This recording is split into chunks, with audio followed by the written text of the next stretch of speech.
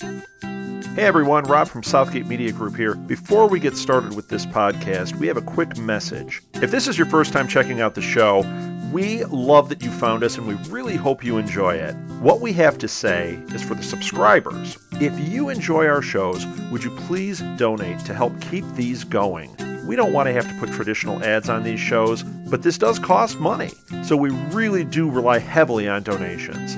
To make a donation to the show, please go to our website, www.southgatemediagroup.com. Go to the page for the show, and in the upper right-hand corner is a donate button. It takes you right to PayPal, and you can donate whatever amount you want. Thanks a lot for listening, everybody. And now on with the show.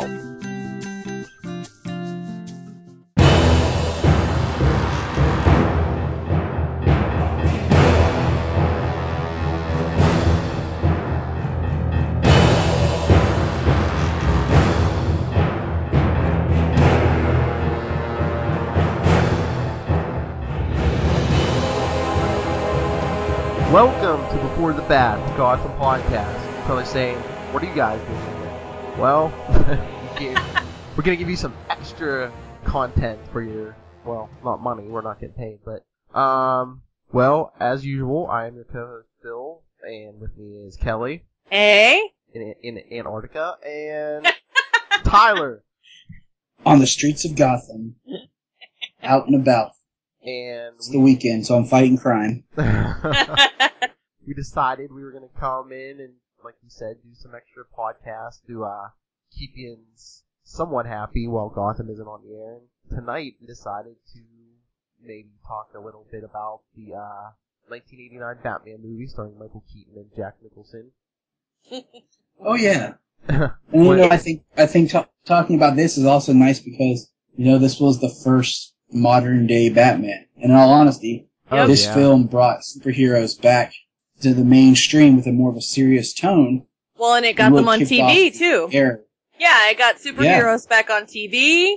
I mean, the Flash, and it brought them back into mainstream. So, where was everyone when they first saw this movie? Well, I'll go first because I'm the youngest. I remember the first time I remember watching it was on VHS, and I was with my uncle's house, and I remember it was a VHS copy he had because I always remember at the beginning it had a info commercial thing with Daffy Duck and Bugs Bunny talking about buying official Warner Brothers products and buying a Warner Brothers ball cap. Oh yeah. Man, do I feel old. Yeah, you're about to feel even older when I say this. Let's see, this was 89. Yeah. My brother was a year old when this came out. That puts me, when this came out, I was 4. Well, I wasn't quite that young, but I remember my mom took me to the theater to see it. I think the day it came out, it was like June 23rd. I was 11. Yeah, 89. I was 11, so I remember it came on the screen. I was just like, what? Tyler, this was great on the big screen. I was just like, whoa.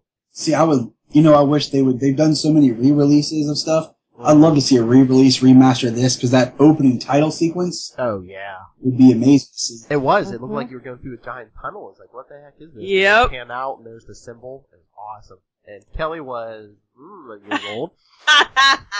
I was 17 and a junior in high school, and I went on a date to go see this movie. Good choice. Yeah. Well, We won't ask what base he got to. Yeah, it was kind of funny. It was kind of funny because, back in, I didn't go to a whole lot of movies as, in high school. I lived in a really small town. We had 2 theaters, 2 screens in the whole town, so it was just really surprising that this movie even made it onto a screen in my town. And, so it was really pretty cool. It was my first superhero movie. I remember, I think Dick Tracy came out after this. Yeah.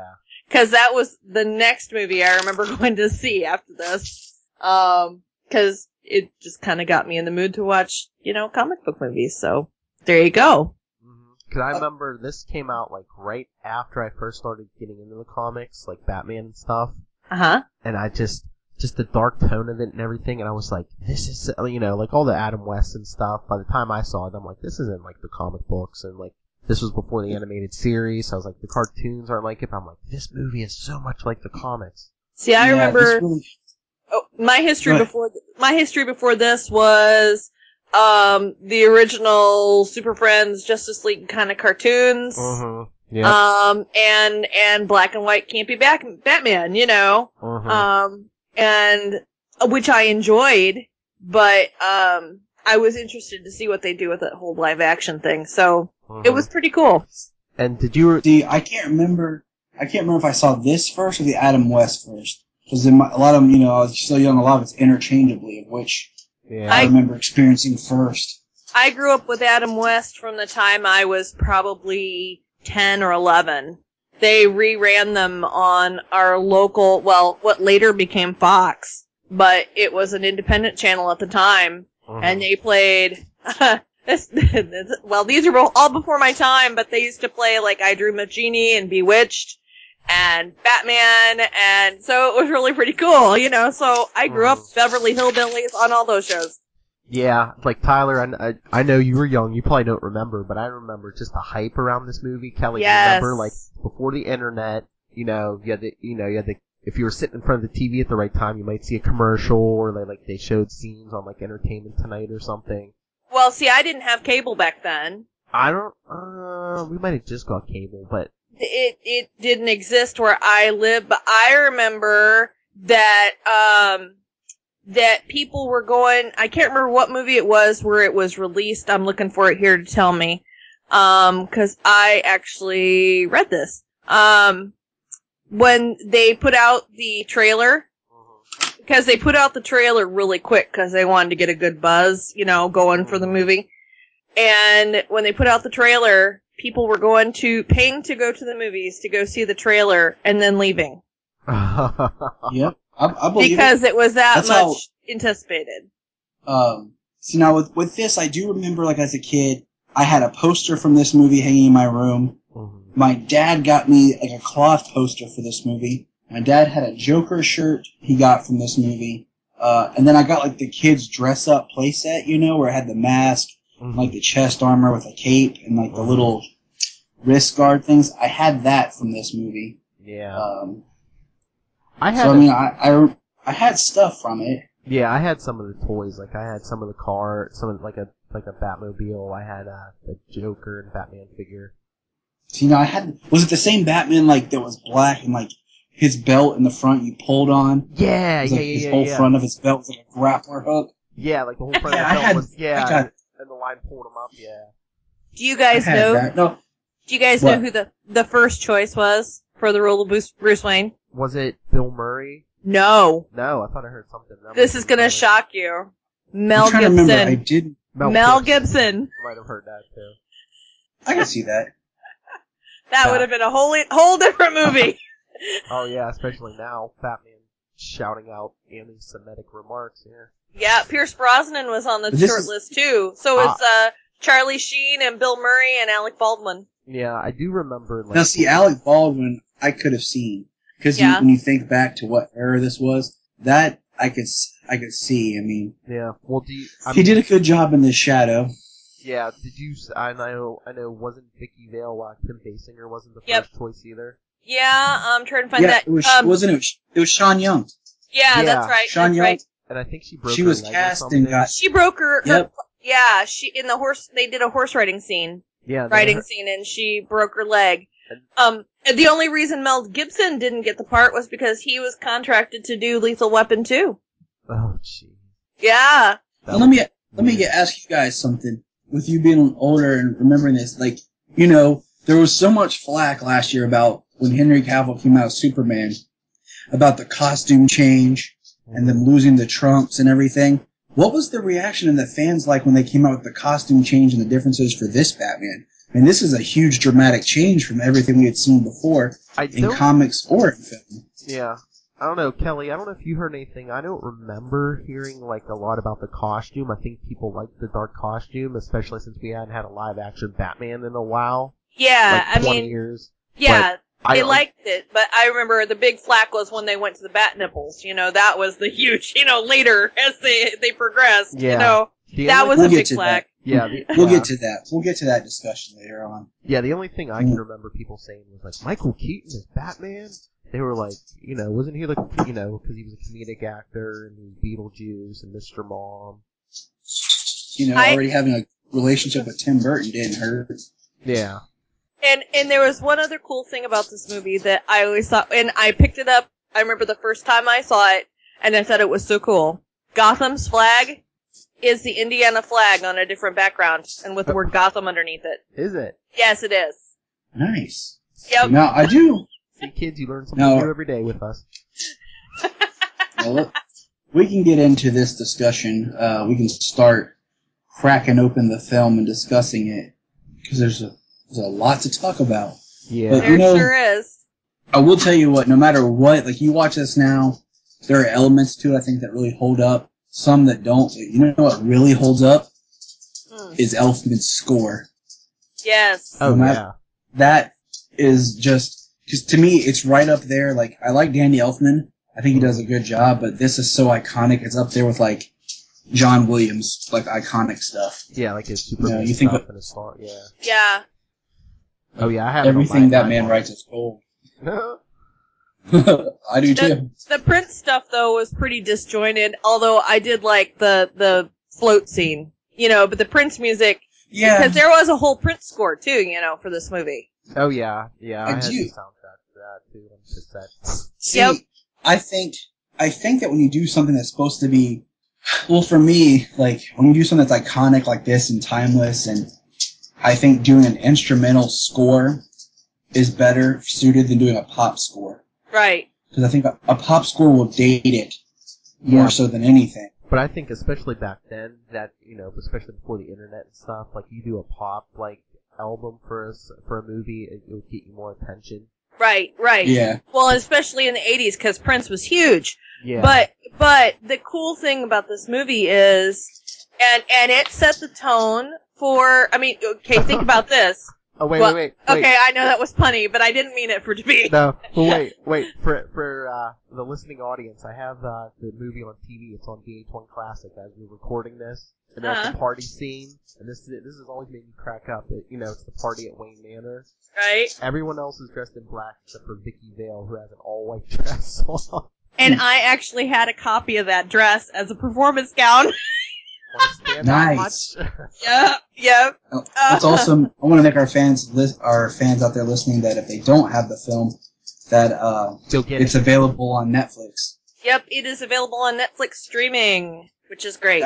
Actually, the first 3 of the Batman anthology are now on Netflix. I noticed that today. Very cool. But let's talk about the film. We'll just kind of start from the beginning and kind of work our way through it as much of a order as we can. Yeah. Oh my God. Now, when it first opened, did you think we were going to see the murder of the Waynes, having the little boy with his parents kind of running around the street? What were your thoughts? I kind of knew where it was going because I was so excited to see this movie. I had read they had put the book out of the movie so I read the book before the movie came out. Mm-hmm. So I kind of had a sense of a direction, like where they were going, because the book had like an extra scene or two in it, but I kind of knew that wasn't going to be the Wayne tour in the beginning.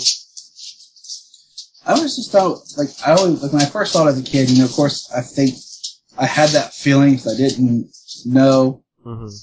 But then I just thought it was interesting that Batman's just standing somewhere watching. Yeah, I know. Does he watch them get attacked, or that seemed weird. It seemed like, he was standing there, and he was so high up. Could he really see it?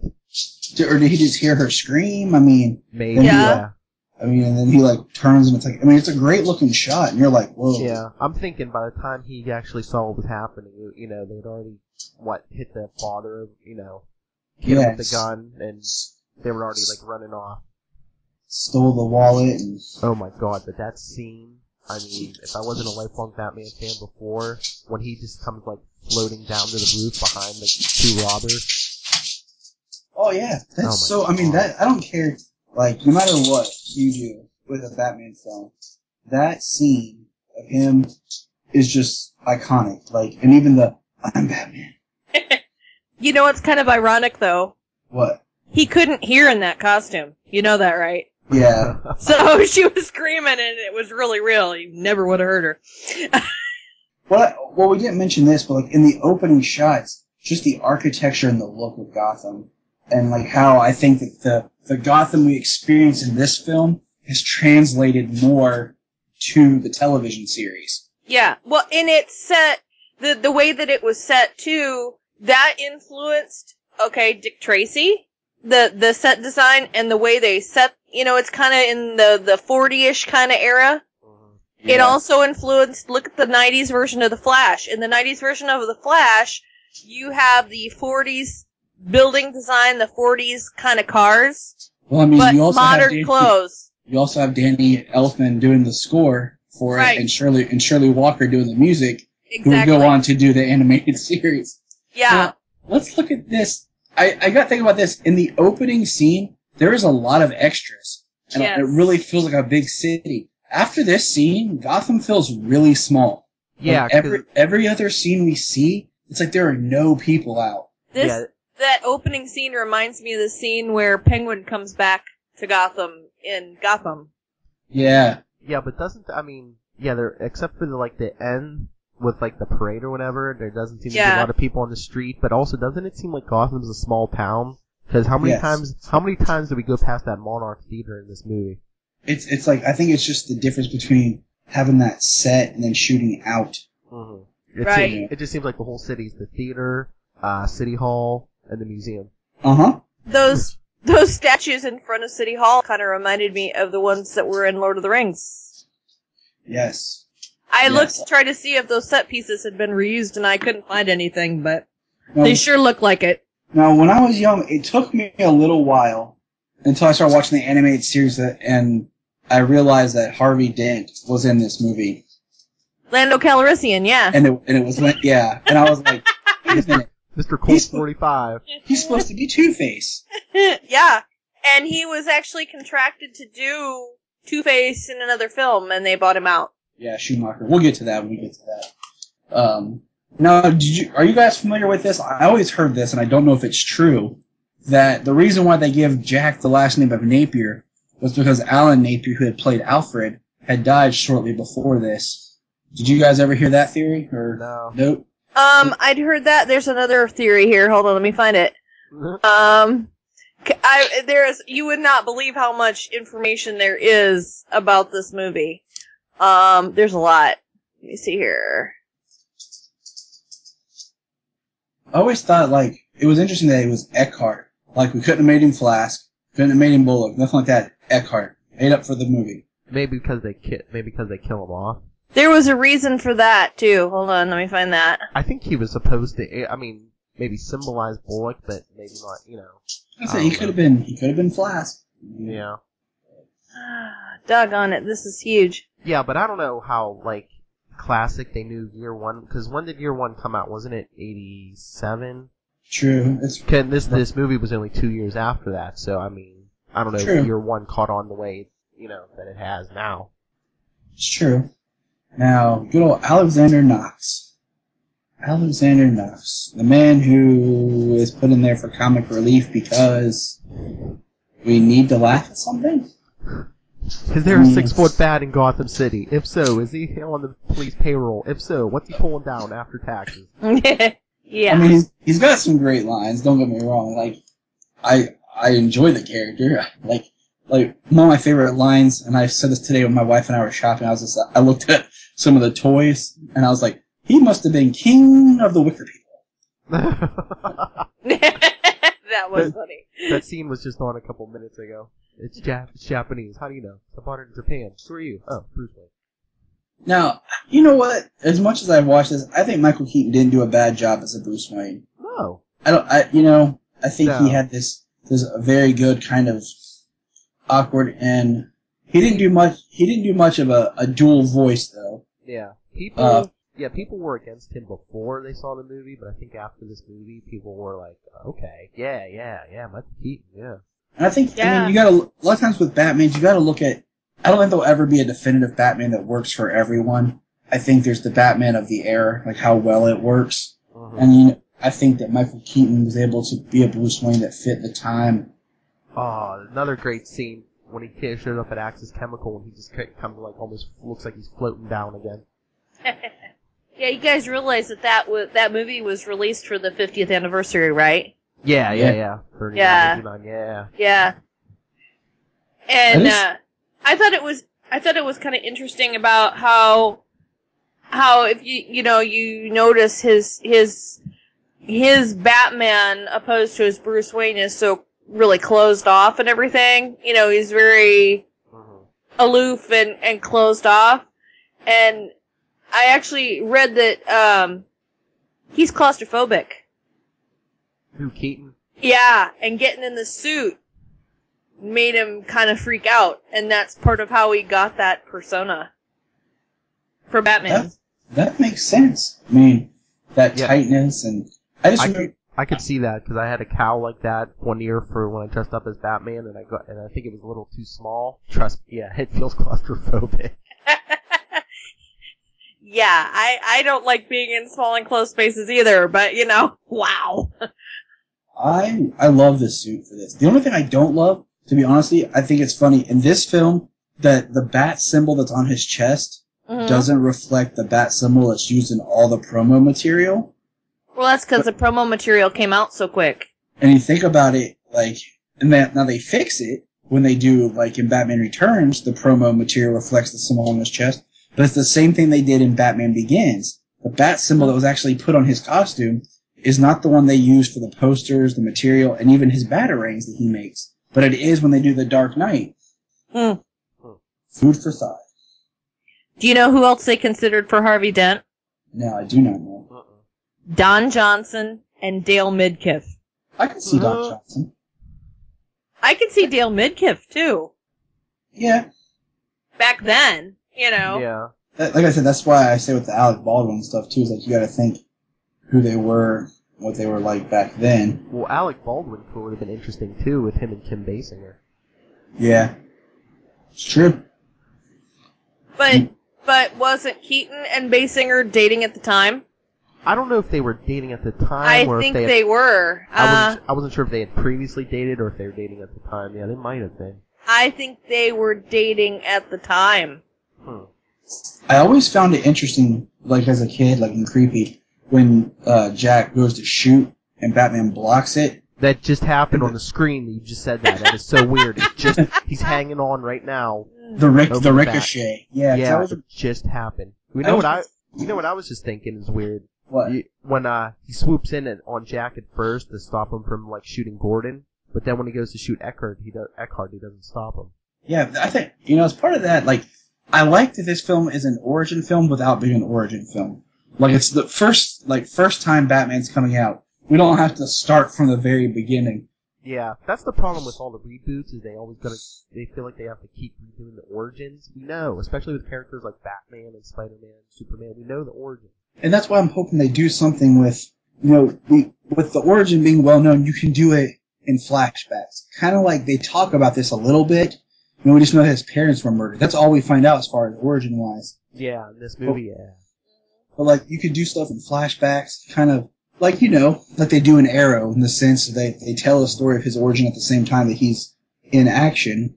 We don't have to start from, linear. We can break it up. Yeah. That there was actually an interesting Arrow reference that I kind of got from watching this movie that I hadn't really thought about. You remember when you're introduced to Vicky Vale, and where did she say she had just shot a magazine? Corto Maltese. Corto Maltese. That is, they've used that a couple times. I think I don't know if before, but one of the first times I remember hearing that that was in the Dark Knight Returns. Couldn't that be fun if Oliver runs into Vicky Vale and Corto Maltese in flashback? Why not? They rip off every other Batman thing. Yeah, true. I'm just saying. That's a whole other story we'll talk about later. Now, I'll tell you, as a kid, I found it kind of now I think it's beautifully shot, but I think what's creepy is that first time where they unwrap the bandages on the Joker. Oh yeah. And he's just laughing, and you just see the back of his head, and he's breaks the mirror, and he's just cackling, and because that should be coming up soon on here because they're on commercial now. But he just got dumped in the lime soda. The tools that they used for the surgery tools for his reconstruction were the same surgery tools they used from Little Shop of Horrors. Nice. Yes. You think he kind of was in a Little Shop of Horrors? Yeah, exactly. But I thought that was kind of cool actually because, there's a couple other props too that are used from there's a throne that's from a movie from 1933. That's a replica throne of I can't even remember where, but really pretty cool. It's kind of interesting that Bruce Wayne, billionaire, is he a billionaire in this or millionaire? I can't remember. I can't remember when they flipped it, when they increased it. I would think he would be billionaire by this movie. Maybe like back in the 60s, maybe. I think he might have been Was he millionaire? Because I want to say it was in the 80s. That's maybe early 90s. Well, that was the boom. Yeah, because you had the oil boom and you had the economy took off in the 80s. Yeah, and when because the 70s was waiting in line for gas and rationing and stuff. Yeah, and with inflation and everything. Yeah, right. You say he's a millionaire today. Everyone's like, yeah, so exactly. Yeah.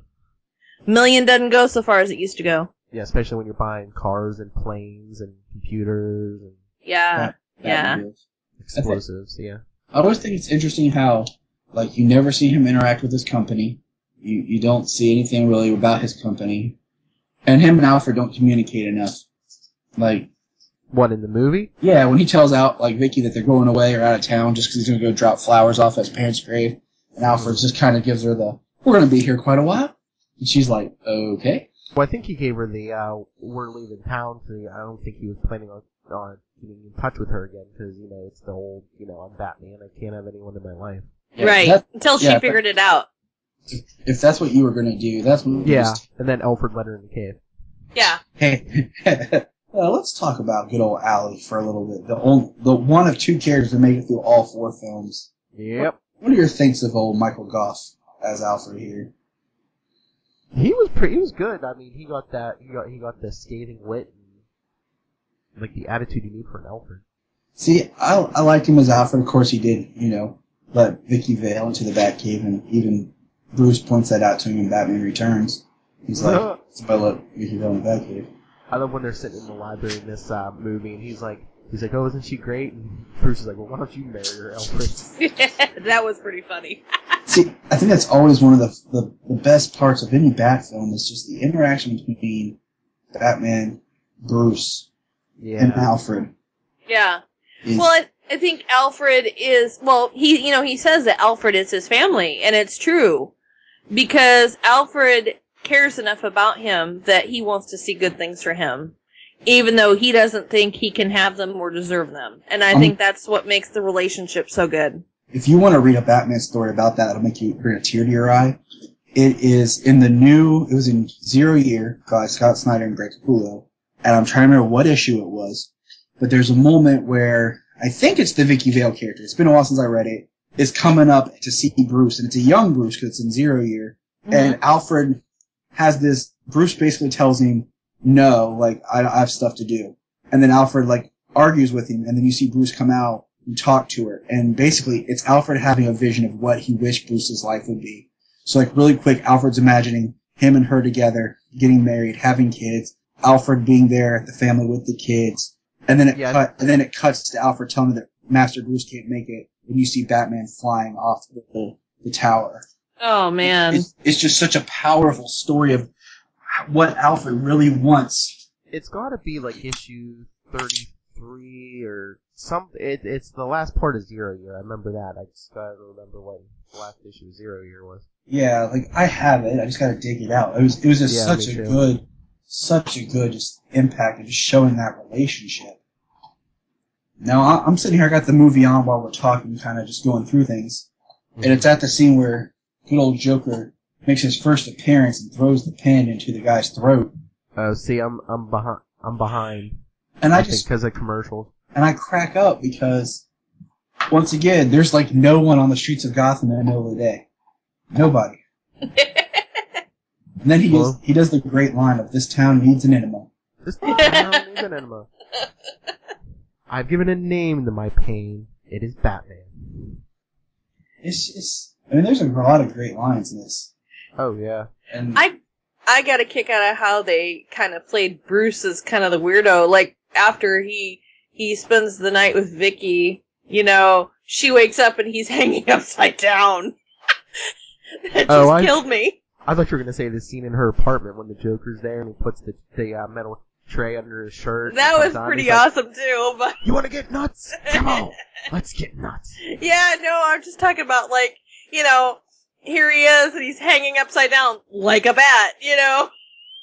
Yeah, I know. That's what you don't do that in the middle of the night? No. You don't work out and just... I don't get on my teeter hang-ups in the middle of the night, no. It wasn't even a workout, he was just hanging out. Well, I think he was trying to do, the, upside down sit-ups. You know, but he was, like he had been doing them or something, you know? Mm-hmm. I always thought that it was so weird, the newsroom scenes. Like, you see, like, the Joker smile and all the Joker products type stuff. Like, here's my question. How did he do this so fast?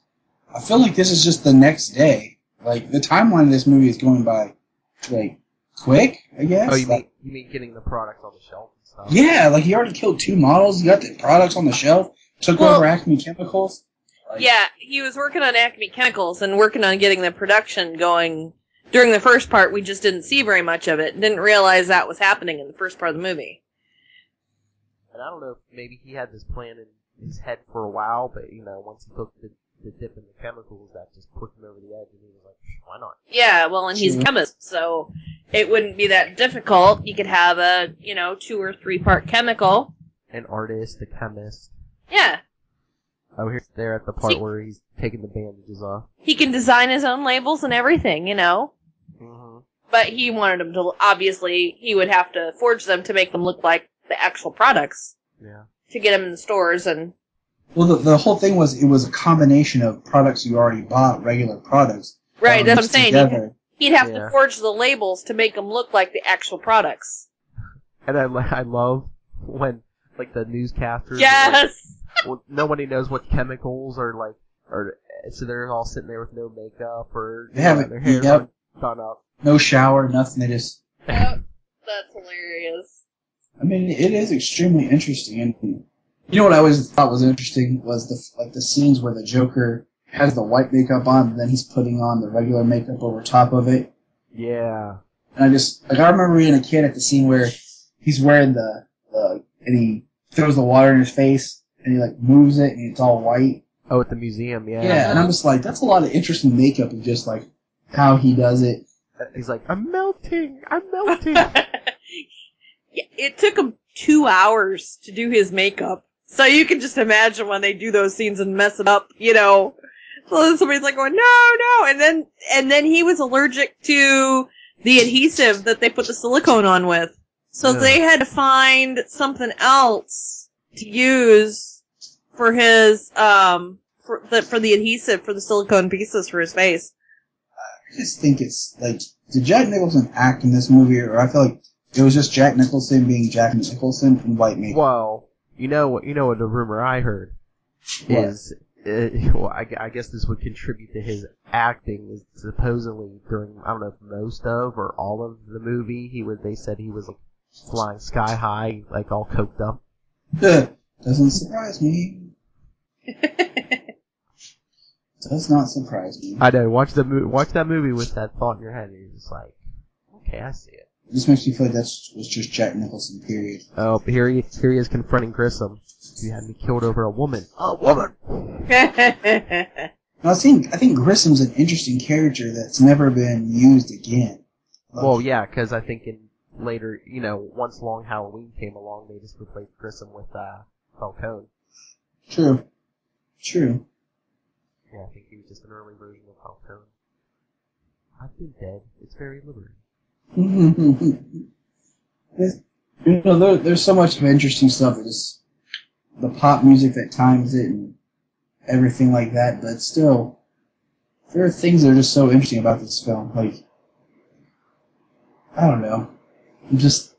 that it got made the way it did. Like, it's like nobody wanted to make Batman. No one could see Batman as anything other than Adam West. And then, Yeah, I was gonna say, before this, the only live-action Batman you had were the old serials and Adam West. Well, can you imagine the epic proportions of everything that had to be done to make this film and to be able to satisfy people? I mean, Yes. just think of the sets. I mean, the Batcave set, do you know how big it was? very big.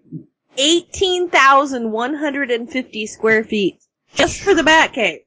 So you can imagine the budget that they had to use for this. I mean, it had to be insane. I mean, just cost adjusted for the time. You know, for inflation and everything of that time. What it would cost to make this movie now. Yeah, but I'm sure they didn't know it at the time, but I'm sure afterwards they made their money back. Oh, I'm sure they did. I mean, it's one of the highest grossing films of all time. One of them.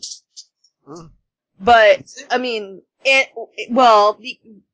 the residuals and everything too. I mean, holy cow. But, yeah. I mean, cause it was the highest grossing movie of that year. Oh yeah, that doesn't surprise me at all. I mean, it's still just amazing to watch at times because there's so much that's really done well. I love the Batmobile in this movie. It was my favorite Batmobile. Me too. You know what's under the chassis? What? Rocket An engine? Impala. Wasn't Oh, that yeah? like they started with was the Impala and then they built around it? Yeah. That's actually, I think it's that Batmobile that's in the museum here. Yeah, weren't they at the time the movie came out, Kelly? Weren't they giving away one of those on was it MTV or something? There was a contest somewhere where they were giving away one of these Batmobiles. I don't, like I said, I didn't have cable at the time, so I don't know, but I remember there was huge hype. It seemed to me it was like Pepsi or something had a contest going with Batman, and There was at least, there was one or two contests where they were giving away this car, and the 11-year-old me, I was like, I want that car. I still need remember, that car. yeah, I know, me too. I remember the promotional materials and stuff. There was stuff on every product you can imagine at the time. You know, cereals and, you know, everything else for the movie before it came out. I remember the cereal. Yeah. It was crap. Yeah, I missed all the fun cereals. Now, you know, here's my thinking is, why do we not have the Batmobile for sale now? But anyways, I'm sitting here and I'm thinking back to the scene where we first see the Batmobile. And with the great line of, get in the car. Uh-huh. And she's like, which one? It's Duh. like, duh. The one with the symbol, the same symbol that's on my chest. And Alright, like, I looked it up. Mm-hmm. Total lifetime gross worldwide, when you had foreign and domestic together, you know what this movie grossed? Mm-mm. mhm. Over $411 million. That's insane. Yes. That, I mean, The opening weekend they did over $40 million. I mean, that's insane when you think of that time. I wonder if you adjusted that for now. What Yeah, it would be. that's 89 numbers. Yeah, Exactly. I mean, movie tickets weren't that expensive, you know. Not like they are No. Oh my goodness. I remember movie tickets back then. Seems like, I think the children's price for a movie ticket was like $2.50, $3, and you could get in for $5. now. Easy. Yeah, I was gonna say, I don't remember the ticket back then being more than 5 or 7. You know, yeah. So I mean, 40 million opening weekend. That was. What's funny is, I mean, I remember the 2000s when I still, like, was paying $7 for, you know, an adult at night, and I could go during the day for $5 and $6. Yeah. And, you know, I could still some do that. change. Well, you can still do it in places. I mean, I can still do it. It's not as common. Yeah. And I used to go. My dad would take us to the movies every Saturday morning because if you went before noon, it was $2 a ticket. And, Oh my goodness. So when we went and saw, you know, Batman and Robin and Batman Forever, me, my dad, and brother did at those prices. You know. Yeah. And it's it still wasn't worth it, was it? We'll get to those. Oh, I know. I'm sitting here like, you know, watching this. I always loved it because I think my parents had this on beta at first. Oh my. Yeah, like I'm thinking back because I know we had it at the house, but we had a beta player and a VHS player. And Yeah, I'm trying to remember what we had first. My aunt got me this on VHS, and like that summer, me and my friend watched this like every day. We could quote lines to each other. Anybody? Tell me, have you ever danced with the devil in the pale moonlight? See, now, Phil, a lot of your stories that you're saying will reflect some of the similar story I had when we talk about Batman Forever, because I was right there. I was 10 when that came out. So it's like I was old enough to remember a lot more stuff. So yeah. When that movie came out, like I saw it and quoted it. And Shields. Just random ones. I say that to my car. It never works. I'll be like, Shields. Here's something interesting. Tim Burton received a lifelong ban from any and all Comic-Con events after the release of this film due to it having some fundamental deviations from the canon. Does it say what the deviations are? Because I can think of one. Okay, let me guess one. Okay. Guns on the Batwing. Nope. No. That one, though, the guns on the Batmobile and the guns on the Batwing do bother me. The fact that Batman has no problem blowing up a factory with people in it bothers me. Yeah. Because Batman hates guns. Here it is. The decisions to make the Joker kill the Waynes. Okay. And that Vicky Vale went into the Batcave. It's actually in the commentary. Those were the two things that he was banned for. You know what? It's kind of stupid, because I'll tell you why right now. If you ever get a chance to read that $1 Billion Batman, or even, I think Michael Husson might mention it. I read his The Boy Who Loved Batman, another book you should read. Bob Kane, like, that man loved Batman and didn't care what people did with it. Because he even makes a comment, and he was quoted as saying, if he had thought of it back then, he would have had the Joker be the one that killed the Waynes. And he was fine with it. And I think he just, at a lot of times, was just happy that anything was going on with his character and was being in film. Mm-hmm. So, yeah. You guys I'm not a fan of that. Like, I'm not a fan of, like, the hero making the villain making the hero. Yeah. So, I mean, that is something I do have a problem with this film. Yeah, but it's like, you know, with these mainstream movies, you have to, like, kind of tie it up, I guess, for the general audience. Yeah. It's interesting how much of a backstory they give the Joker in this, and then the Dark Knight, nothing. Well, that's more toward, like, the comic book, because you don't know the Joker's origin. Right. Exactly. Yeah. Because they kind of show his origin in the Killing Joke, but then he even says, he's so crazy, he remembers his origin different every time. He said it could have happened that way. Right. That's kind of the reason I don't know if I want to see him on Gotham. You know, don't give him I don't want an origin for him. Exactly. Let's leave him ambiguous.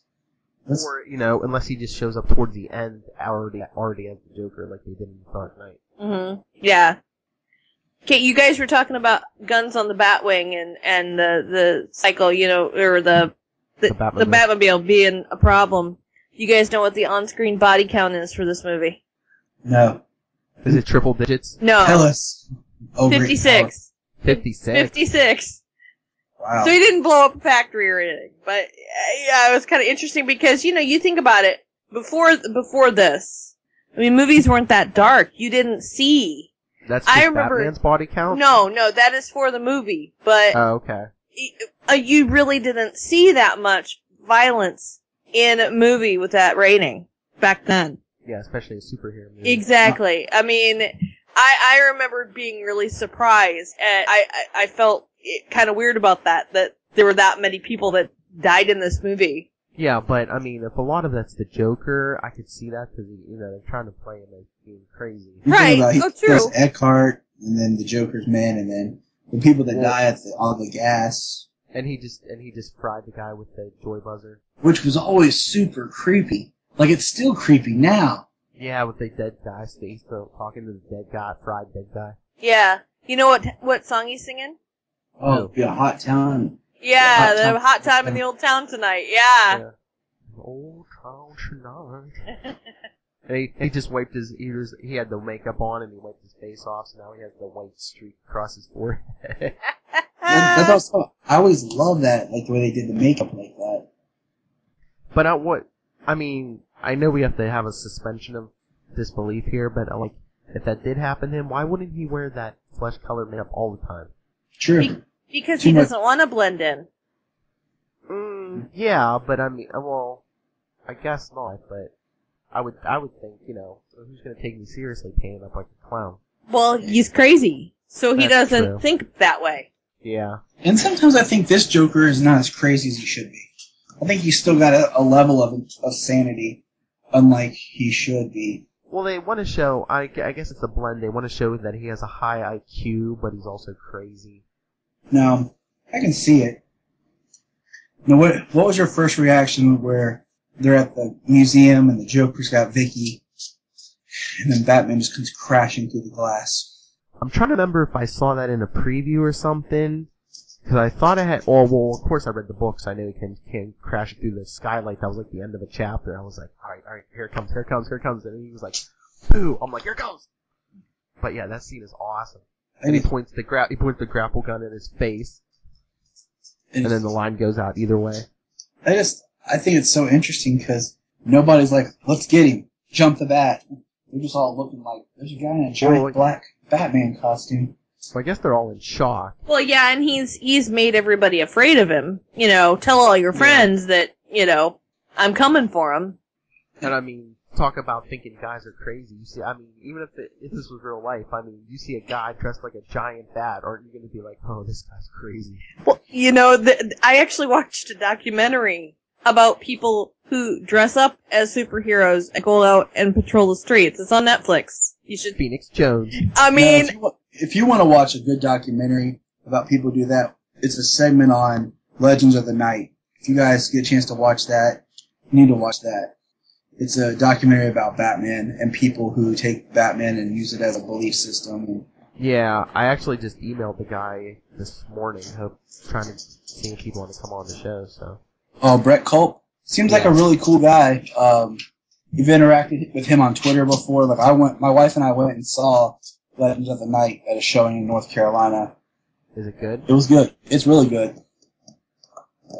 So if you get a chance to see it, I think they're about to release it on video. Mm-hmm.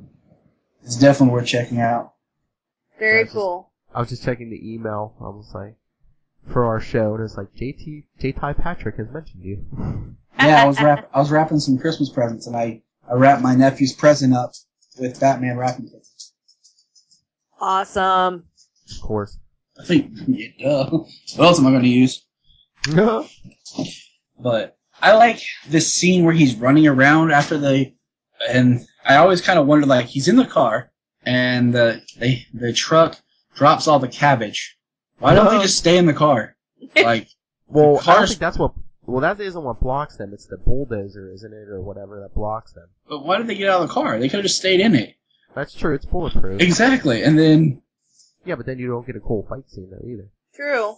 And you don't get 110 pounds. Or 105. 108. 108. Yeah. You weigh a lot more than 108. After she takes the picture as they just barely lift it. That's what I never understood either. She's on the roof.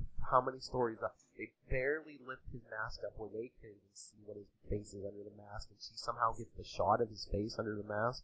Well, I don't think she does. But he still takes the film though. Well, sure. Oh, I would too, because he doesn't want any pictures of him in the press. Even after she drops it down her shirt. Yeah, he's Batman. He don't care. I just think it's funny because he fights all those guys barely. He fights very stiff in the costume, and he gets the one dude with the just pops him in the face. He's got the swords. Yeah. Well, he kicks. Was it that dude he kicks? He kicks the one dude. Yeah. Well, think about filming that. If you can't hear anything, what it would like to do those fight scenes. What did you say? If he can't, yeah, exactly. If he can't hear anything, you don't, I mean, obviously, because of the choreography where it's going to come from, but you don't have the cues that you would normally have to do that. So, of course, it's going to look a little stiff. Well, plus he can't turn his head in that. Yeah, exactly. It's the first New Age bat suit, so he's got the whole Nick Fury thing going on where he's got to turn his whole hot head to, body to see. I don't think any live action Batman can turn his head till The Dark Knight. Nope. That's why they made it such a big deal. Mm-hmm. Now, the scene where him and Vicky Vale drive back to the Batcave. Yeah. It's just one of my favorite scenes in the film. It just looks so cool, and It's so uncomfortable. it's a scene to me that's very Burton. Yeah, but if you watch the scene, like they speed it up so it makes the car look faster. Because if you watch like leaves like go flying, Yes. they're moving at a weird speed. Yeah. I like the lighting a lot when he's got her in the cave, and like he gives her the file, how he stays in the shadow. Yeah, like you can't see the bottom half of his face. Yeah. Okay. And Did the bat in the cage bother anybody? it was weird that there's one in the cage and several just flying around. If you're Batman, why would you put one of your brothers in a cage? And why just one? Yes. That's what I don't know. That always weirded me out. Yeah, there's really no explanation for that. Burton? But Burton reasons, maybe? I don't know. That's true. But yeah, I love that visual of him in the shadows. That's like from the comic book too. That's one of my favorite visual from the comics. Like when he's in shadow, all you can see is like the silhouette and like the eyes. Yeah, and her almost falling off the edge of the, precipice. And he does the people. What people? Oh yeah, people say you're crazy. What? No, some people say you're as crazy as the Joker. What? And then he takes the film. The problem is you watch this now, kids will be like, film? What's film? What's that? Yeah, exactly. Oh, okay. You have no problem with him roofing her. And... Now, you know what? The bat gas. Yeah. He's Batman. The bat gas. That's what. At this point, she's got to wonder if she's going to be another notch in his utility belt. Kind of like check his wallet. He ain't got a wallet. I know. Check his wallet. Oh, look, it's Batman Smith. The Batcave is such a beautiful, beautiful set. And then I always just love this awkward scene where he's like, how some people get up in the morning, and they come downstairs and they eat breakfast and kiss him goodbye and go to work. And she's like, oh God, you're married.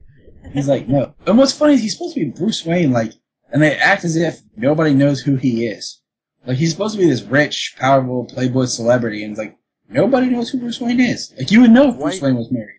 I think they play him as like a recluse, people know the name and they know he's rich, but besides that, he stays out of the public spotlight, so I mean... But then again, he has this craps table in his house, so... Well, I think he rented that for the party. I don't think it's there every day. Just remember, if you ever want to get shot that have bulletproof, just grab a metal tray from the bathroom. That was a silver tray, and it wouldn't. Well, I believe it wasn't it like a small gun too? It was like a small, small caliber gun too. Probably a 38, wouldn't it be? Or a 22. It looked bigger than a 22. I can't remember what it looked like, but yeah, I thought I remember it looking pretty small. You want to get nuts? Come on, let's get nuts. You almost sound like Beetlejuice there. Yeah. That's what my friend would always say, but like, hey, it's Beetlejuice. It's like the best time that Batman disappears is when somehow he's shot and Bruce is laying against the wall and the bullet stops, but he just disappears out the back, wherever. Don't know. Vicky just turns around and he's gone. Yeah, in the book, I read the book before the movie came out. When he disappears, he's not in costume, but I don't know, he finds one of those cops on horseback and he takes the horse and he actually chases the Joker for a while. That's sweet. No. Yeah. I do love the vault thing that he keeps the bat suit in. Yeah. I would love to just have that for something around the house. But I'm gonna get my clothes on from the vault. And why the vault? Because before Vicky Vale comes down there, the only two people who ever go down there are Bruce and Alfred. Exactly. Why is it in a casket? It's not like simple, just, I don't know, hanging out like the bat suit. Yeah, just on a hanger or in a drawer. It is weird, the whole Bruce Wayne wearing glasses and the whole Bruce Wayne wearing videotaping his house when people and guests were there, because it's not digital video, it's actually recording on tape. Yeah, so that was creepy at the time. I remember that, because that wasn't common at all. He's wearing glasses, so he's either nearsighted or farsighted. So when he's in the suit at one point, you're gonna see him squinting, Was he put contacts in or something? That could be. Oh, here's the part you're talking about, Tyler. The Joker in front of the courthouse. Yeah. It's true. I saw him. He reached up with his cold dead hand, and he signed it with his pen. With his pen. So, I love... Hey, Vinny, it's your Uncle Bingo. Time to pay a check. See, I don't even have the sound on. I can quote like this whole movie. It's fun. Oh, yeah. And then you have the great scene of the Waynes getting murdered. It could truly be said that the pen is mightier than the sword. Yeah, thunk. Then his guys just start shooting up the courthouse. You know, during the shooting scene of the Waynes, that the guy is supposed to be Jack and the other guy is supposed to be Joe Chill. Oh, really? Yeah. Well, at least they put Joe Chill in there. That was part of how they got around it. I found the deal with Jack Napier. The Okay. name. It's intended to be a play on words, the word jackanapes, which is an English name for a fool or a fellow who resembles an ape, as well as a reference to Alan Napier, who played Alfred in the TV show Batman in 1966. Well, Jackanapes is also Joker later gets a pet ape and named him Jackanapes. Yeah. There you go. Alfred let Vicky Vale in the Batcave. Oh, there's the boxing glove smashing the TV screen. He has that gun. He pulls the trigger and somebody tell me what kind of a man dresses up like a bat. It gets all my press. I'll tell you one of my favorite shots of this film is right after he tells Vicky Vale he's got work to do. Uh-huh. And the way they open that vault with the reveal, and then like the music, and then the head tilt up, and like his eyes, and the lighting is great for when he's in the Batcave in the suit. Yeah, and I know she's a reporter and everything, but I mean, you know something bad's gonna go down in the city at that point. But Vicky still goes out there with Knox. Oh yeah, because no one ever listens to when the hero tells him get out of town. No protection, yeah, no gun. She has no gun or anything. Or... Stay safe. Don't do this. Did you guys know that in the original script of this, Robin was going to be in this movie? And Yes. so were the Flying Graysons? Yeah. I heard rumors, but yeah, I didn't know if they were true. If you ever get a chance, if you watch, there's really cool documentaries that were made when they released the Batman movies, the anthology on Blu-ray. Each movie has part of like the same documentary, and in the first one they talk about it was during the scene where they're doing the parade. Yes. They were gonna have a chase, and the Graysons were gonna be performing, and all Joker this. was going to shoot him. Yep. And I'm like, you know what? I love the character of Robin, but I feel like to just bring him right out in the first film is too much. Yeah, it would have been a mistake. They could. I think that third movie, Batman Forever, if Burton had done that, I would have loved to see the Tim Burton, Dick Grayson. You could have had the shooting of the Graysons, though, in this movie, but not, you know what I'm saying, not the fallout of it. Or even the second movie, because they had that whole circus gang and everything. Well, yeah. Do you know who was cast as what was going to be Robin in the second movie, right? I swear I heard a rumor, but I forget. Oh, it's not a rumor. I'll tell you, or we can wait till we review the next one. This is why I don't. Okay, I'll grant you this. I wish it hadn't been Schumacher for the third one, but I don't wish it was Burton. I wish it had been somebody else. I don't know who, but because of where Burton was going with the second one and some of the ideas, the third one needed somebody else because the story I think would have been just more obscure. So I will hold you in suspense. You'll probably research it and know it, but yeah, but I mean the third. You don't know where they Burton would have went with the third movie because I mean just look at Batman and Batman Returns. I mean the tones, two totally different tones. Well, the thing was, and we'll touch on this more. Burton didn't want to make a sequel, so in essence, when he did Returns, he wanted to make it more of a standalone, right, and not really connected to his first movie as much as he could get away with. So he wanted to reinvent it in his own, and I think part of that comes because in Batman Returns, Burton got to insert more of him. I feel like he was more on a short leash with the first one. Oh, yeah. And stylistically and everything, he couldn't do more of his style. And I feel like when it got to be Batman Returns, he was given more free reign to do his style. And that's why it ended up looking that way. And we'll touch more on that later. But I would like to, if Burton had an idea, like Joel Schumacher's, they're about to do a comic book that would have been Batman Triumphant, which would have been the sequel, the next one.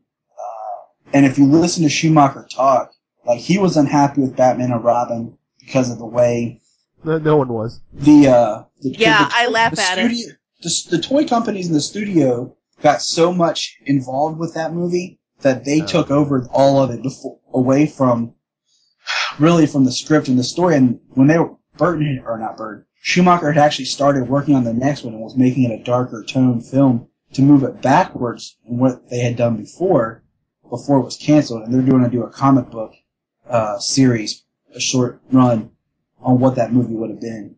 Well, yeah, the whole Batman and Robin thing, I mean, weren't the toy companies putting out, like, Mr. Freeze dolls with the, the illegitimate kids he had with the maid? Might as well have. They did everything. Freeze! Freezy and Frosty? I don't know.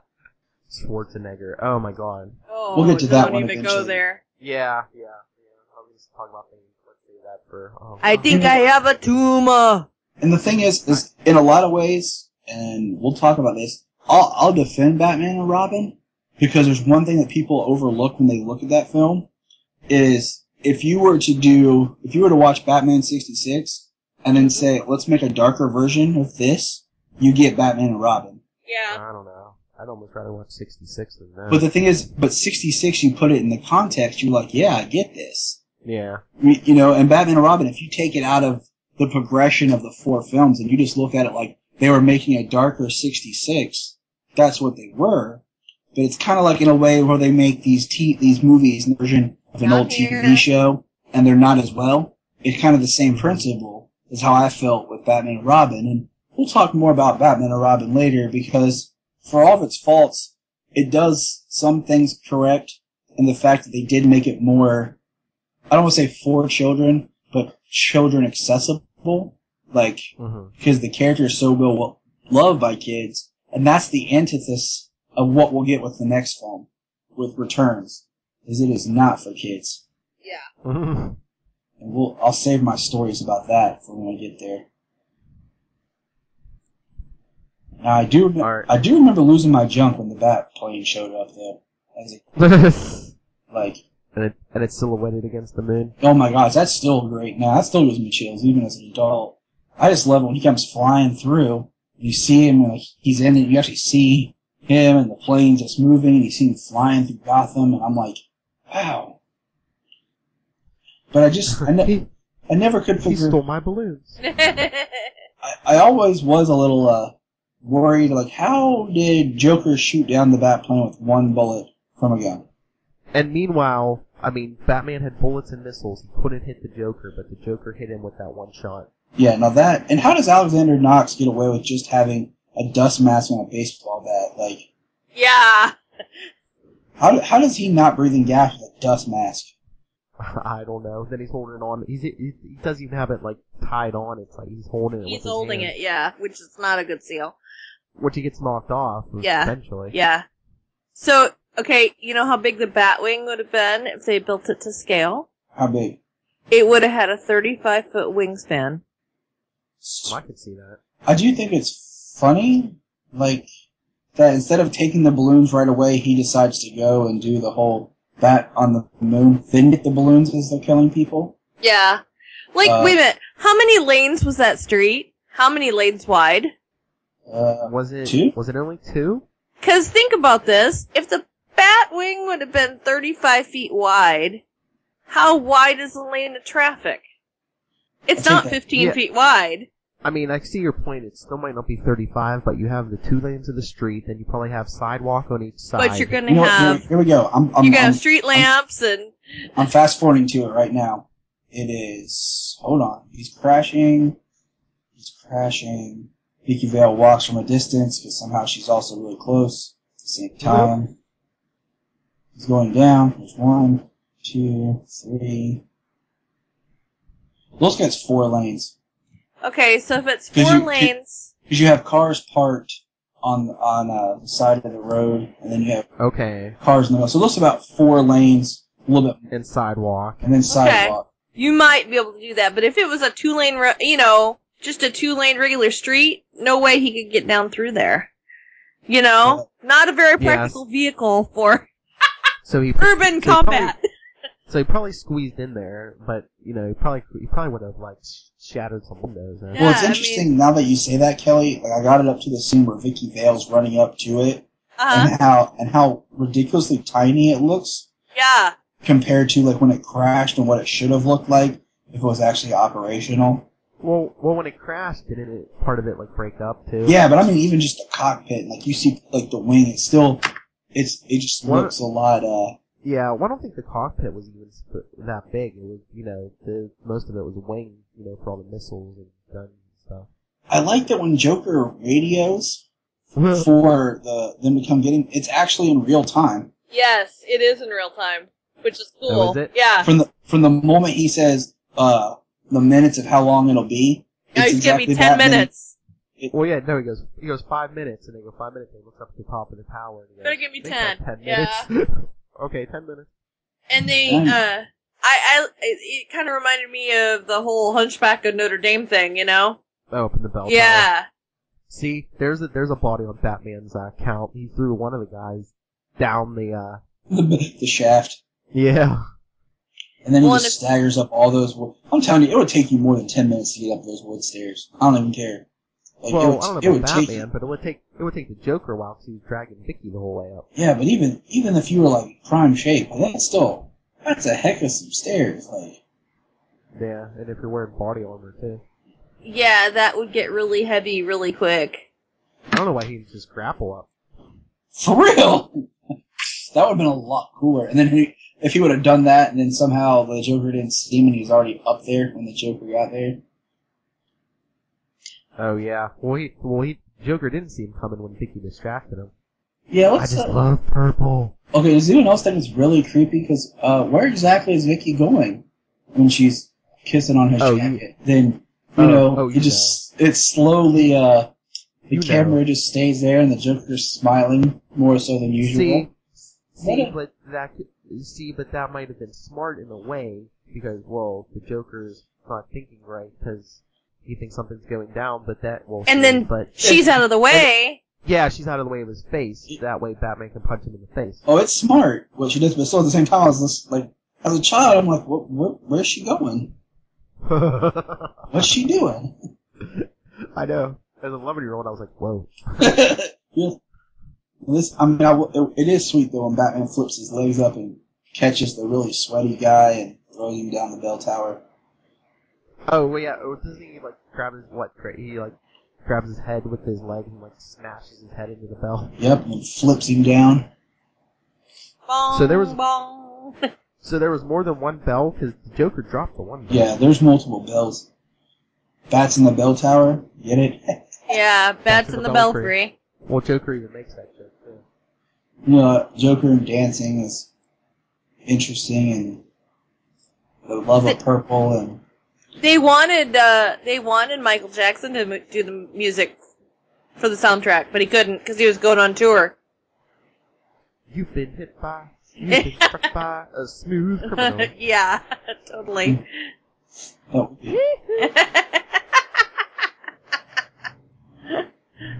Oh, speaking of dancing, Mickey just arrived at the museum, and remember when they knock everyone out, and then the Joker and his guys come in, playing the boombox, and they're all dancing around defacing the painting. Yeah. If you notice, when Alfred gets the call from Vicky saying that she's gonna be late. Yeah. If you look, okay. There's a portrait of Thomas Wayne in the background. Oh, is there? Yes. Nice. See, my thing is, my definitive Batman that I compare every other Batman to is the animated series. Mm-hmm. And so, it's so interesting because you have this before the animated series. Oh yeah, this was 3 years before the animated series. 3 or 4, yeah. Well, yeah, I think it might have been 3 because I think the animated series came out the same year as Batman Returns, when that was 92. Yeah. And the thing is, you watch this, Jack Nicholson's Joker is good, but in all reality, I don't think there's ever been a bad Joker. I think every Joker works for the world in which he was put in, and the film that he's in. Heath Ledger's Joker totally freaks me out. I have nightmares watching that. Still, to this day. Because Mission accomplished. it's real. Like it's over the top, but at the same time very real. To where that is the closest live action Joker I think we've got. Yeah, I literally, if I watch that movie, I have nightmares still. Because he's an insane maniac, and you don't know where he came from. You know. Exactly. And there's this restaurant. I mean, he almost gave me like chlorophobia for a while. There's a restaurant that's probably 20 miles from here. I ended up in this little town one day, and I asked, where's a good local place to eat, and they sent me to this place, and this place is covered wall to ceiling to floor with clowns, and it totally creeped me out. So yeah. All right, let's get to the end of this movie because we're over an hour. All right, so anyone else think it's funny that Joker has a helicopter and his henchmen have his face all over it? Just he's got his face on his helicopter. His henchmen have patches of his face. Yes, but also remember this version of the Joker, Jack Nicholson. Yes. I mean, Batman has no problem with grappling the Joker to a gargoyle, and if he happens to fall to his death, he falls to his death. So. Well, yeah. Well, I mean, he was gonna shoot him in the street with the Batwing. So. Batman doesn't have a problem, it seems like, killing off his villains. I know, it wasn't like he was not like that movie was gonna save him or Vicky, it was just like, oh, you're not getting away again. So, I mean, I definitely think that this Batman's darker in the sense that he doesn't have as strong of his code of no guns, no death. He's like the early Batman, when he first appeared in the, in 39 in the early 40s, that Batman carried a gun. Yeah. Now, well, originally they were going to write this so the Joker was going to kill Vicky, making Batman go into revenge mode. That was kind of what they originally designed. That would have been interesting, especially since she wasn't in the second movie anyway, so. Yeah. Now, here's what I think is fun, is the fact that if they said, call him. How? Give us the signal! Oh. And here's I honestly am watching this now. This whole movie feels like it takes place in like 3 or 4 days. Yeah. There's a lot of stuff that happens in like 3 to 4 days. I told you, Nicholson was high the whole time. Alright, my question about the bat signal. Did Batman have it delivered, or did he just tell them, paint a bat on a big, well, it's not painted. It's a piece of metal. Yeah. On top of it. He tells them, yeah, or he just tells them, put a big bat on there. Oh, I think he machined it. Yeah, because, they say, he gave us the signal. That's true. He could have machined that part and then said, just slap this. Yeah. Like, that was my thought. Oh, an interesting fact that the cathedral. Yeah. They, ended up creating a 38-foot model of the cathedral to do the external shots. It cost $100,000, and the film was over budget when they did it. oh, jeez. Yeah. Oh well, it paid off. I mean, all in all, I'll give this movie. It's a good movie. There should be more Batman in it. There's some things that are funny that just don't quite flow. But at the same time, it holds up all okay. It holds up, and it introduced the general public to the darker Batman. Yeah. It set the stage for. Yeah, there would be no Nolan movies without this. And it opened up TV. Mm-hmm. So it has its iconicness to it still. I don't think we'd have the animated series either, or as we know it without this movie. Yeah. No, we wouldn't. We wouldn't have had the Flash. We wouldn't have had a lot of stuff that. You even think about it. You probably wouldn't have had the Greatest American Hero. Well, greatest. Wait a minute. That was before, wasn't it? Yeah. I'm trying to think. 80s, that was early 80s. There was a couple other shows that were about that same vintage, though. That there was the Flash. There was. I think it just proved that comic books were still marketable. Because the last thing you really had before this was Superman and Flop. And Yeah. And that came out, what, 84? Which Superman one? flop. Which is Yeah. Superman 4. Get it? Superman 4. Oh, yeah. That might have been like, what, 86? No, it was 87. Yeah. Yeah. Because in all reality, 3 didn't flop. It was a rough year, but I mean, it made its money, and it did well as far as numbers, but... Well, yeah, but I think after 1 and 2, everyone was expecting. Right. Exactly. And that's a whole Right. different discussion for a different podcast. And believe me, we could talk on that for hours. Okay, wait a minute. Batman just came crashing through the skylight, and I swear when Keaton picks up Vicky Vale, he has this look on his face like he's sucking a lemon. But, you know, if you think about it, other than those, because we had Superman 4 that flopped in 87. Supergirl came out in what, 80... What was that, 84, 85, something? Yeah, because it came out after... It was before Superman 4 and after 3. And it failed. Yeah. You know, so Batman was their next chance at something else. And, you know, since then you had Batman, and then you had, like you said, The Flash on TV, and then you built other Bat films, and more just kind of... It started to bring in the error, because it helped usher in, little by little, stuff kept coming from it, and continual. But hey, Tyler, how many times has Kelly mentioned the John Wesley ship flash this episode? A lot. Hey, well, I'd say you at least think about 4. think about it though. That was the first TV series that you'd had in how long? Well, Superboy And- was going on at the time, but No, I don't remember that. but Flash was built so much after this. Like, Yeah. I always felt like that Flash and this Batman existed in the same universe, not just because they used the same kind of set style or Same music. same music and everything, but it just was a way of continuing a DC character and putting something else on TV. But I really, and even the suit in itself is, you know, a Batman design with the muscles already in the suit. So. Right. No, they totally. I think of them hand in hand. I do too. I think of them as existing in the same universe, but Just the '90s Flash had worse clothes yes. because they went with the '80s clothes. And what were they thinking with the Trickster? But then again, you know, hey, that's another podcast too. Hey, Mark Hamill. I know I come love on. Mark Hamill, but that costume he does a was great job. insane. But when The he makes his costume was trickster suit- insane. All right. So, how many Batarangs would you give this film out of 5? This has to be. There's a few problems. I'd have to say 4.5. I mean, this starts it all off. The animated series, the good movies we got. Yeah. If I look at this just as this film, not what all it does, I would give it. I would give it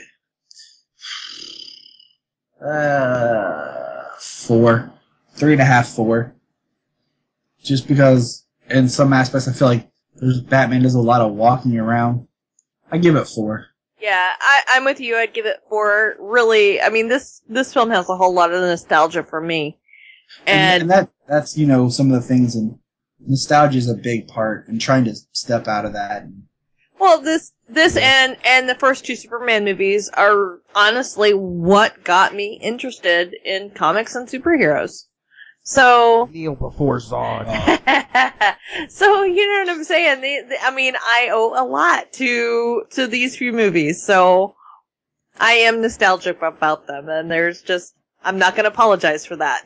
And you know what? And the thing is, that's fine, because I am too, to a point, but when we get to Batman Return, or Batman Forever, I mean, I'm more nostalgic for that, because it just came out at the time I was 10, Yeah. and my brother was 7, and so like we had, that came out that summer, like right as we got out of school it came out, so we saw it, and then like that summer, you know, playing with the toys, going to McDonald's to collect the cups, and just, you know, everything like that. So it came out at the right time in my childhood to enjoy it more. Like, you know, Phil, you got this right at that same moment. My cup collecting days were for the original Star Wars. That was my first movie in a theater. Now, see, I have the Taco Bell cup that came for this movie. It's packed away right now. I think there's a picture of it actually on my, on my Instagram before I packed it away. That's awesome. if I can find it, I'll send it to you guys. But yeah. Cool. Yeah, send it to me. We can put it on the Facebook and the Twitter. But, I love the Batman films, and I'll watch any of them, basically. And this is just one of many. My wife and I last year did our own Bat film retrospective where we started off with Adam West and went all the way through the live-action films up to Dark Knight Rises. Just think, one day you get to introduce them all to your son. I know, and I'm trying to decide where to start. Like, my daughter can't do 66. She won't. It's too campy for her. She doesn't get it. I understand that. For the longest time especially after I saw this movie, I was like, oh, 66 is too goofy. It's so blah, blah, blah, blah. See, and I'm right there with you. It took me a while to, like, kind of be like, 66. Now I'm like, okay. Like, I've found kind of a new respect for it and kind of like, yeah. All right, this is what it is. But yeah, for a while there, I was like, I hate 66, but I grew up with that. You know, that was Batman to me for a long time. So, and if I think about my childhood, like I was saying, like I got 66. So much of those first 10 years of just being a kid, I had this 66 and the animated series all together. Yeah, wow. Not to make you feel too old, Kelly, but the original Christopher Reeve Superman came out the year I was born. That is one of my first memories is watching that movie. This will tell you my vintage. I remember when Superman came out was what, 8? The original Superman? 78. Okay. So I was 7 when that came out. And, not too long after that, so I was probably 10 or 11. My sister and brother-in-law spent $700 and bought a video cassette player. And at the time, there were no movie rental stores.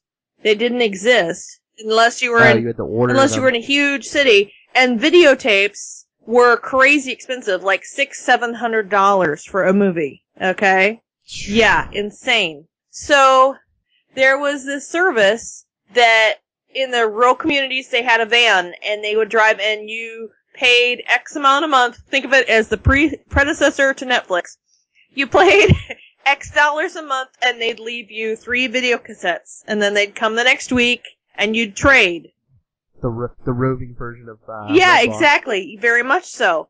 And it was like $20-30 a month, I think, at the time, which was expensive. But what they did was, eventually, after they had movies for a while, and they weren't as popular, yes, they would have a bunch of copies of them. They'd sell them.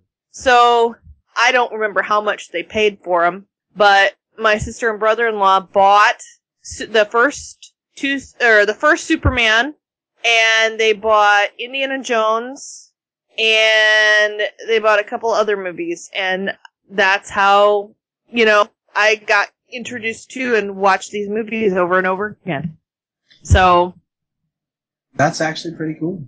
One of my first memories is I was sitting in the car at the drive-in watching Superman, that original Superman. Yeah, they had Star Wars too. I was gonna say, like, as a kid, it took me a while to remember which Superman had what in it, because I always used to watch 1 and 2 together. Yeah. And I couldn't remember which one was which, like, because I always remember, Superman 1 started with, Zod and them in it, and then, of course, they're in 2, and I always remember them almost as if... No. It was Superman 2 when the exploding elevator cracked the Phantom Zone. Yeah, but at the beginning of Superman 1, they're there. Yeah. Right. So... Yeah, we should do a whole cast just for fun. I don't know where we put it on, but we could discuss just the Reeves, the first 2 films, all 3 versions. Well, we do know someone who does a DC Yes, podcast. we do. Yes, we do. Shout out Little Hellfire. The hardest person to get a hold of. All hail the Chaos Queen. She knows her DC. Yes, much. To the point of threatening anyone who goes against her. Hey, she knows I watch Marvel too, so. You what? I watch Marvel too. No, we can't have that on this cast. Well, I guess you're losing me then too. Nah, we're cool.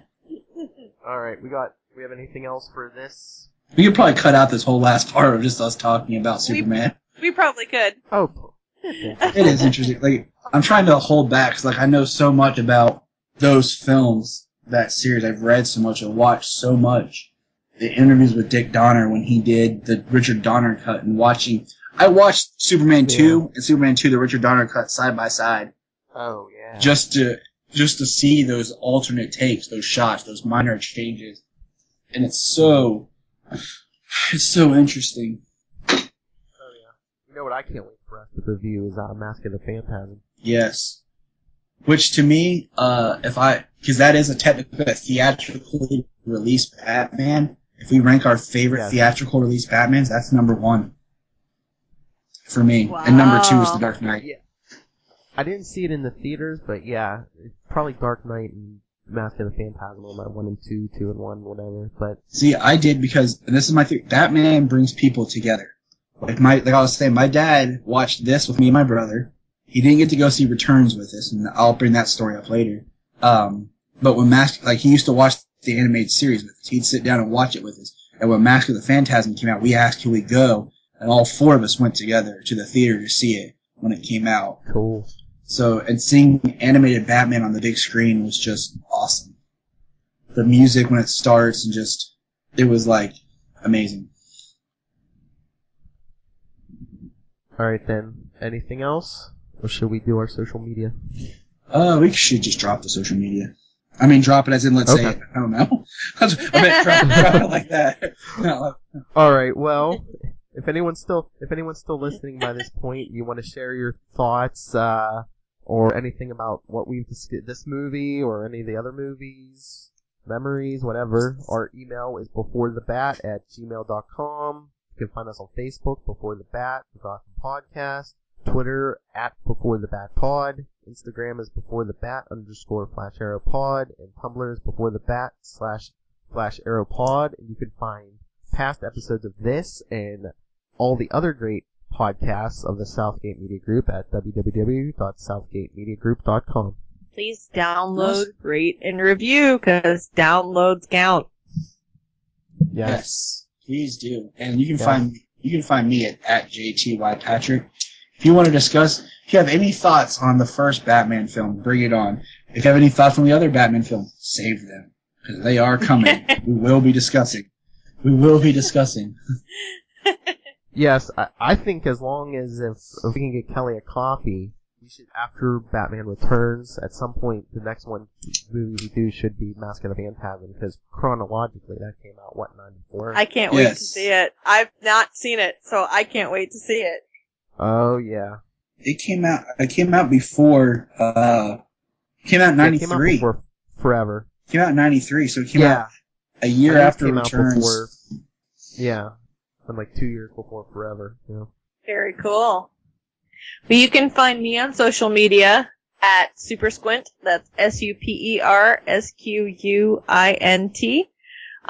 You can find me on Twitter, Tumblr, Instagram, what's your vote? If it's social media, just type in That's Squint, right, you'll find me. And I'm on Twitter at NightwingPDP. And do you have anything else? Any other business? Nope. Let's just, this officially kicks off our holiday season and next week's episode, for the fans if they're still listening to this, we will be reviewing that Merry Christmas wonderful film known as Batman Returns. So we'll have our Batman Christmas list too, right? Yep. And if you get a chance to watch it before, so that when we discuss it, you'll know what to tweet us about and discuss it with us. Yes. Do we want to do our Christmas list during Forever, for Batman Returns, or were we going to do Christmas with the Joker? Let's do it with Christmas with the Joker. Because that's so only short. Half hour episode, yeah. That works. That's what I was thinking. Alright, well, good night, everybody. What they say. Same bat time. Same bat channel. Give him the signal. Guys, I gotta go. The signal's up. Gotham Podcast. Bye, everyone.